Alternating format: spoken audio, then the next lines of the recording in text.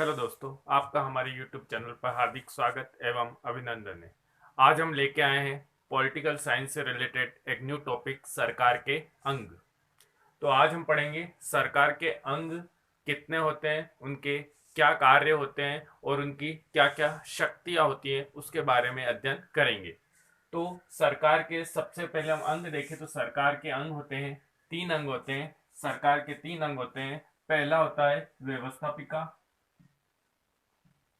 व्यवस्थापिका।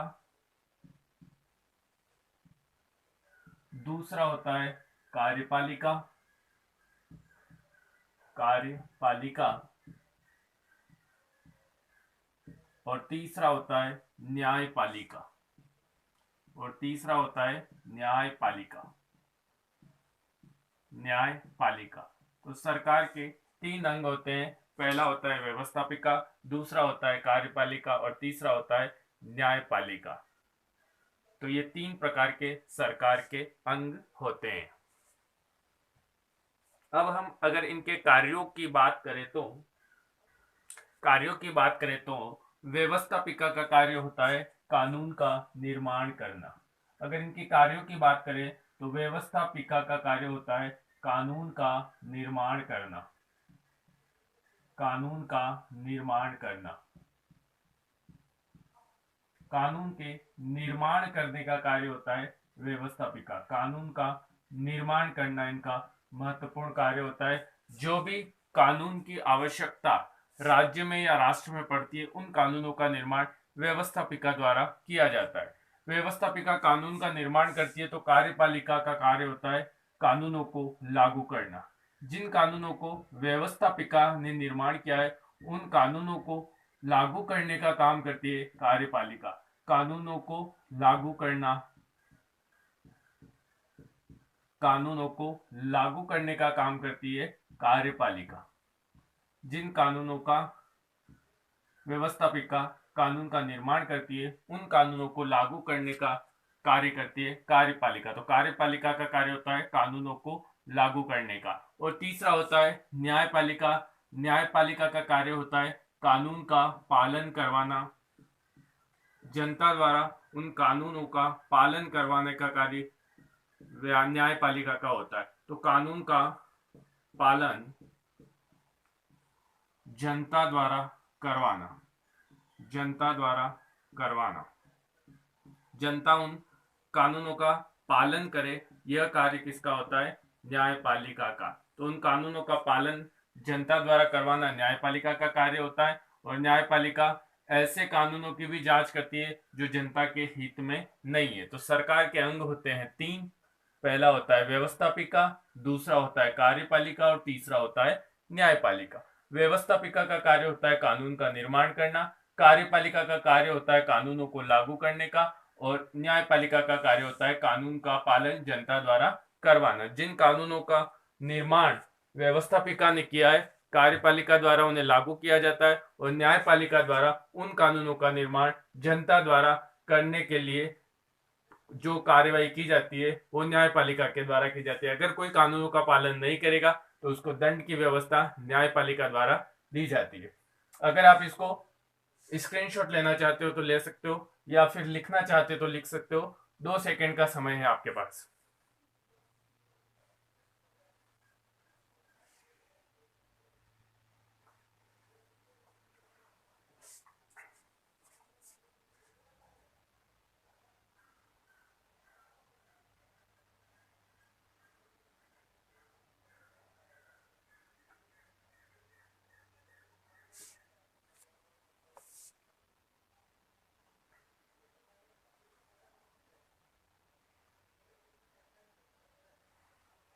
आगे बढ़ते हैं।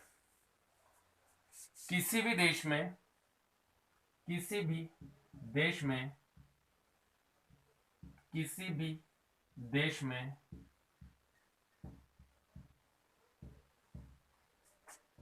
संघात्मक शासन व्यवस्था, संघात्मक या अध्यक्षात्मक अध्यक्षात्मक किसी भी देश में चाहे संघात्मक शासन व्यवस्था हो या अध्यक्षात्मक शासन व्यवस्था, शासन व्यवस्था, अध्यक्षात्मक शासन व्यवस्था हो, अध्यक्षात्मक शासन व्यवस्था हो, तो सरकार के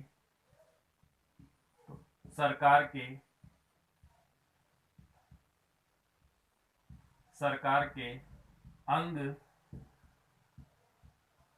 तीन ही होंगे जो समस्त शासन व्यवस्था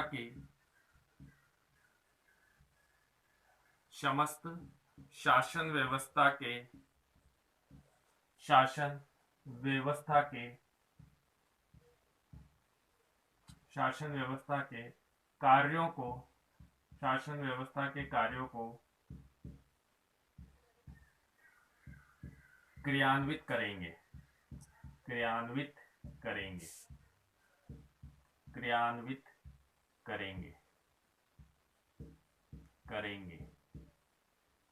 यानी कि चाहे संघात्मक शासन व्यवस्था हो चाहे अध्यक्षात्मक शासन व्यवस्था हो, सरकार के चाहे संघात्मक शासन व्यवस्था हो अध्यक्षात्मक शासन व्यवस्था हो, सरकार के अंग तीन ही रहेंगे और इन शासन व्यवस्थाओं के जो समस्त कार्यों का क्रियान्वयन है वो सरकार के ये तीन अंग करेंगे, व्यवस्थापिका, कार्यपालिका और न्यायपालिका। व्यवस्थापिका का काम है कानून का निर्माण करना, कार्यपालिका का कार्य है कानूनों को लागू करना और न्यायपालिका का काम है कानून का पालन जनता द्वारा करना। चाहे संघात्मक शासन व्यवस्था हो चाहे अध्यक्षात्मक शासन व्यवस्था हो, सरकार के ये तीन अंग सरकार के शासन व्यवस्थाओं के सभी कार्यों को क्रियान्वयन ये तीन अंगों द्वारा ही किया जाएगा।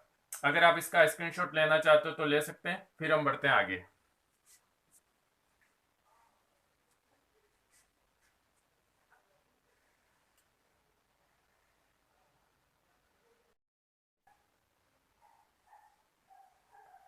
अब हम आगे चलते हैं।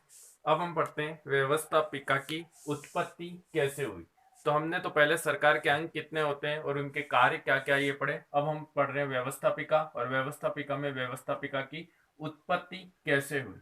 तो इस अंग की उत्पत्ति वो ब्रिटेन से हुई है, यानी कि ब्रिटेन सरकार ने सबसे पहले व्यवस्थापिका को लागू किया था और वहां से ही हमने लिया है। तो इस अंग की उत्पत्ति सर्वप्रथम ब्रिटेन से हुई है। ब्रिटेन में व्यवस्थापिका का प्रारंभिक रूप विटाना जिमोंट नामक संस्था में नहीं था, यानी ब्रिटेन में जो व्यवस्थापिका सर्वप्रथम शुरू हुई थी उसका नाम था विटानाजमोंट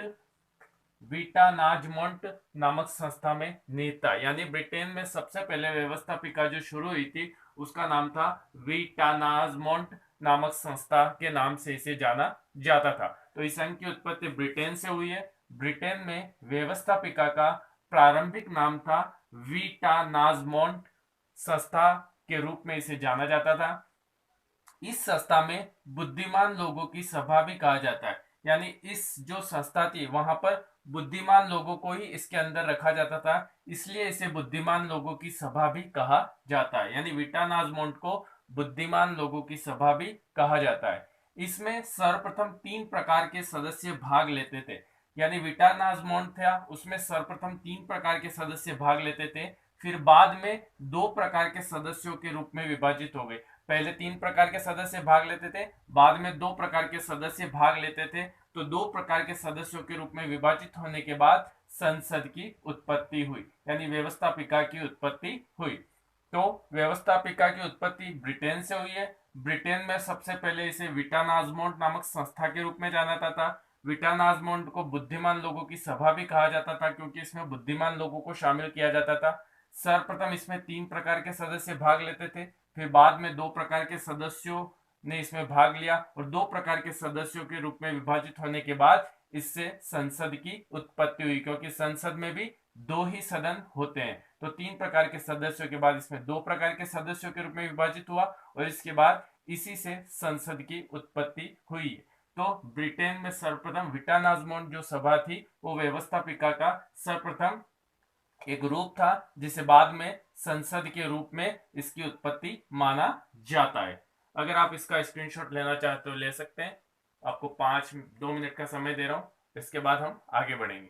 तो व्यवस्थापिका की उत्पत्ति ब्रिटेन से हुई है। ब्रिटेन में सबसे पहले इसे विटानाजमोट नामक संस्था के नाम से जाना जाता था। विटानाजमोट में बुद्धिमान लोगों को ही शामिल किया जाता था। इसे बुद्धिमान लोगों की सभा भी इसे कहा जाता है। सर्वप्रथम 3 प्रकार के सदस्य इसमें भाग लेते थे, फिर बाद में जाके 2 प्रकार के सदस्यों के रूप में ये विभाजित हो गई, और 2 प्रकार के सदस्यों के रूप में विभाजित होने के बाद इससे संसद की उत्पत्ति हुई। तो इस प्रकार व्यवस्थापिका की उत्पत्ति हुई। इसके बाद हम आगे बढ़ते हैं। अगर आप इसे लिखना चाहे तो लिख सकते हैं। इसके बाद हम आगे बढ़ते हैं।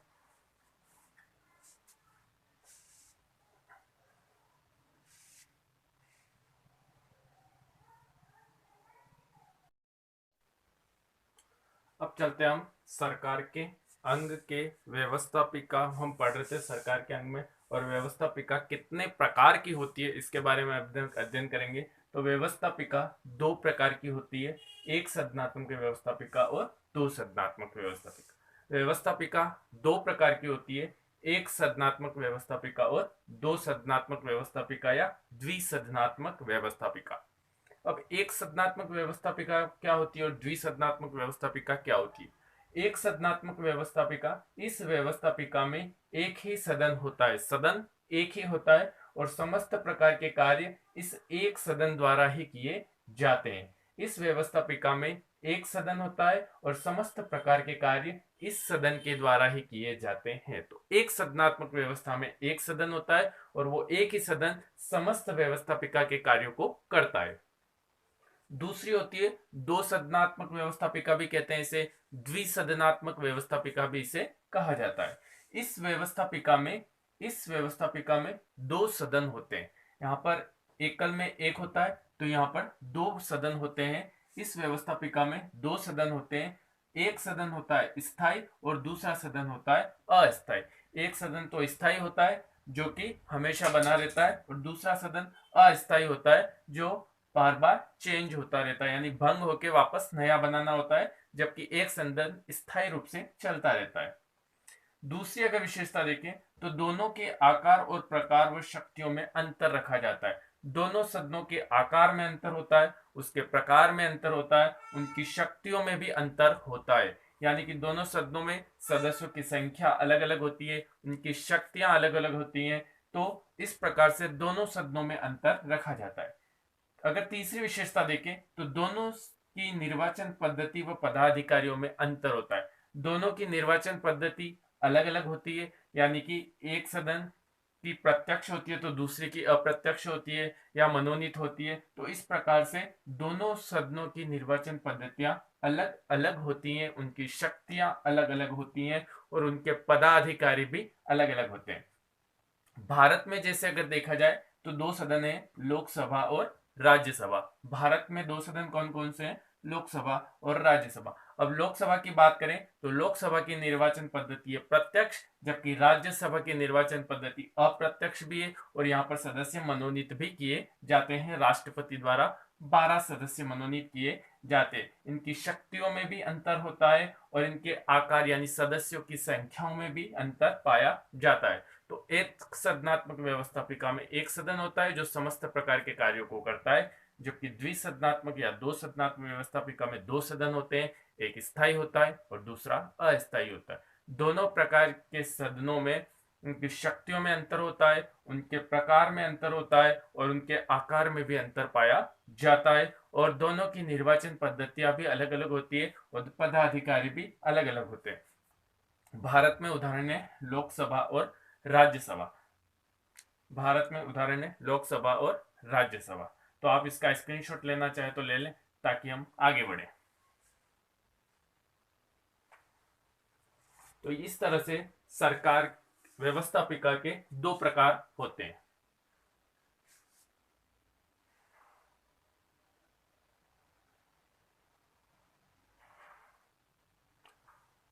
आगे हम पढ़ते हैं व्यवस्थापिका के अन्य नाम या विभिन्न नाम कह सकते हैं। अलग अलग राष्ट्रों में अलग अलग नाम से व्यवस्थापिका को जाना जाता है।